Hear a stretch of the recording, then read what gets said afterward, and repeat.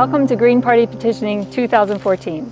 Now we'll do a little role playing to demonstrate how to actually get someone to stop and sign your petition.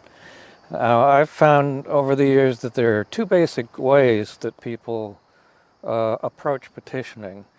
One seems to work best for introverts like me, and the other works best for extroverts who are willing to stand on the corner and talk real loud non-stop. The extrovert version, you find a good place to petition.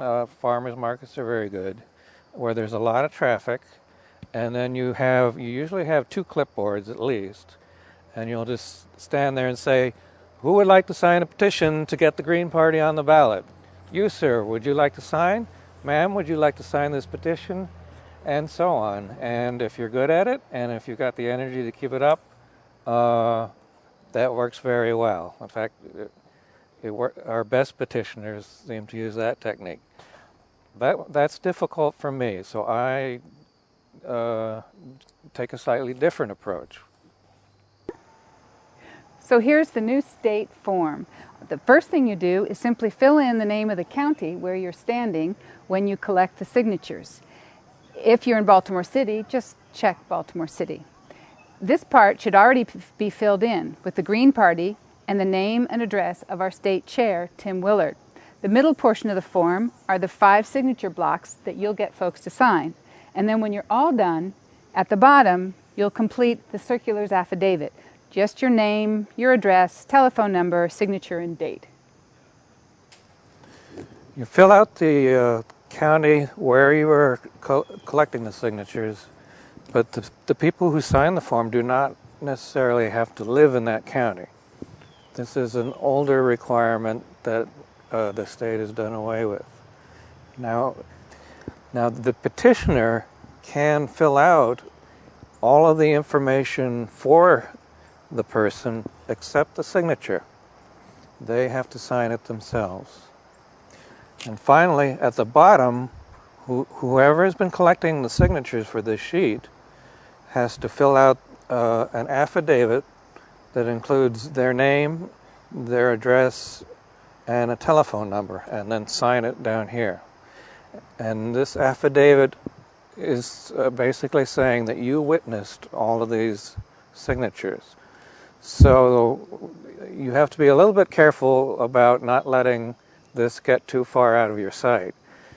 Somebody once in the past put up a petition signature on a bulletin board, and it got reported to the state, and the party got into a lot of trouble. But people were challenging their signatures because the petitioner was not witnessing the signatures. So make sure you keep this in your sight while you are petitioning.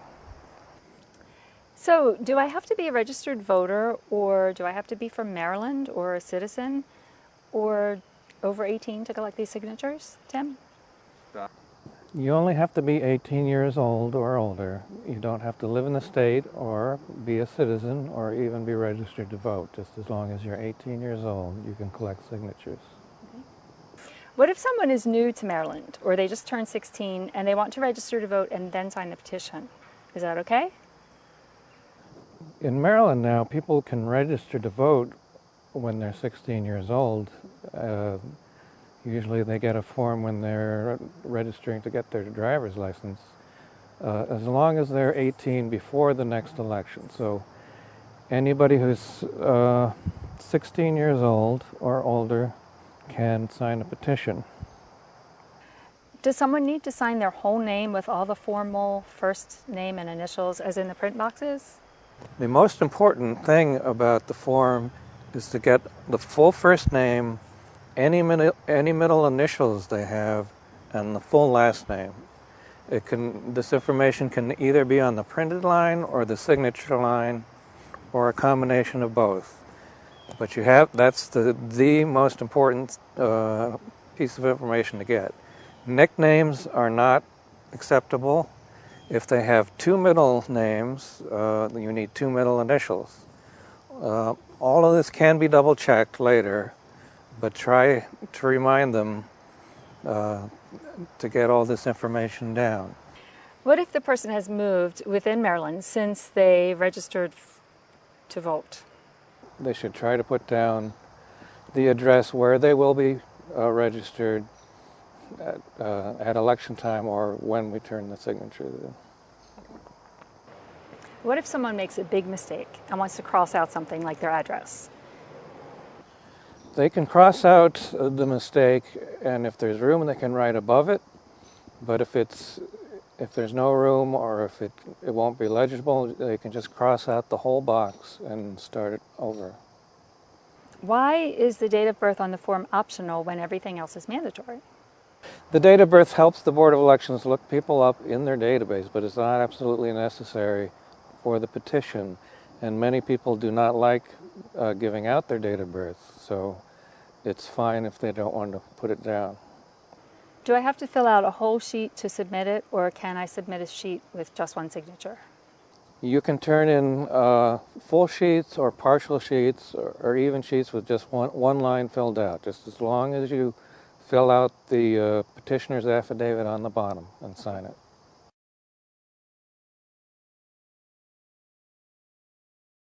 For me, I pick out one person or a group of people that are coming by, and I try to get their attention and get them to stop. Now, you sort of have to be strategically located to do this. If you're just standing back in a corner and people are walking out there and you say, would you sign a petition to get the Green Party on the ballot? They're just going to keep on walking, which I would too, because I don't want to stop and sign petitions if I don't have to. So you want to try to be in their way. And so they're coming toward you and you say, good morning, and make eye contact and say, are you a registered Maryland voter? Yes, I am. Would you be willing to sign a petition to keep the Green Party on the ballot? We have to get 10,000 signatures just to keep our names on the ballot. And that little bit of information is the most important thing you can tell them, because most people don't know that, and to most people that sounds like a real burden, so they'll be sympathetic to you, unless they're a Democrat. All right, now the main thing I need from you is your full first name, middle initial, and full last name. On the second line, we need your signature. You can sign it any way you want. Okay. And on the bottom, we need your full street address, city, and zip code. And above that, this is your date of birth. That's optional, but it helps the Board of Elections to identify you. And then we do need today's date that you're signing the petition. Okay. Thank you very much, and have a good day. Thank you. And it's always good to carry at least 2 clipboards. If you've got a group of people, you can get more than one of them signing at the same time and get them out of there more quickly. And one last thing, the date you put down here cannot be earlier than any of the dates people signed, or else the state board will just automatically throw it out. There are some questions that you will often get asked.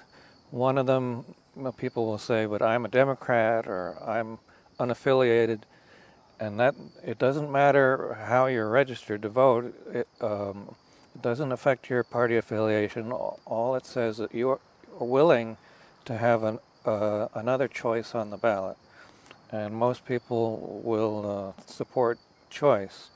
Another question people always ask is, am I going to get mail from this? And that's a definite no, because it would cost us too much money even if we wanted to mail, to use this as a mailing list. Another major question you get is, I don't know much about the Green Party, and often that's an excuse just not to sign, but it's good to have some literature with you. We have some little one-third sheet. It's a third of a sheet of paper that's got the 10 key values on it. It's short and it's very easy to hand out, and it has our contact information on it. So give those to the people, and every once in a while, when they look at it, they'll come back and sign. Hey Tim, I got these petitions. Now what do I do with them? Well, the best thing to do is to bring them to a local meeting, and your local representative will bring them to the state party, and we will collect them all and turn them in. But if you live somewhere very remote and you can't possibly make it to a meeting, then you can mail them to my address, which is on the form. Okay. Tim Willard is not only a co-chair of the Maryland Green Party, he is also one of our most persistent and successful petitioners. As Tim knows, it takes a lot of time and effort to get 10,000 signatures. So we need a lot of people to each commit to getting 50 or 100 signatures. If we get a lot of people, then we can do it in a reasonable amount of time. So we look forward to all of your help in getting our 10,000 signatures. Thank you.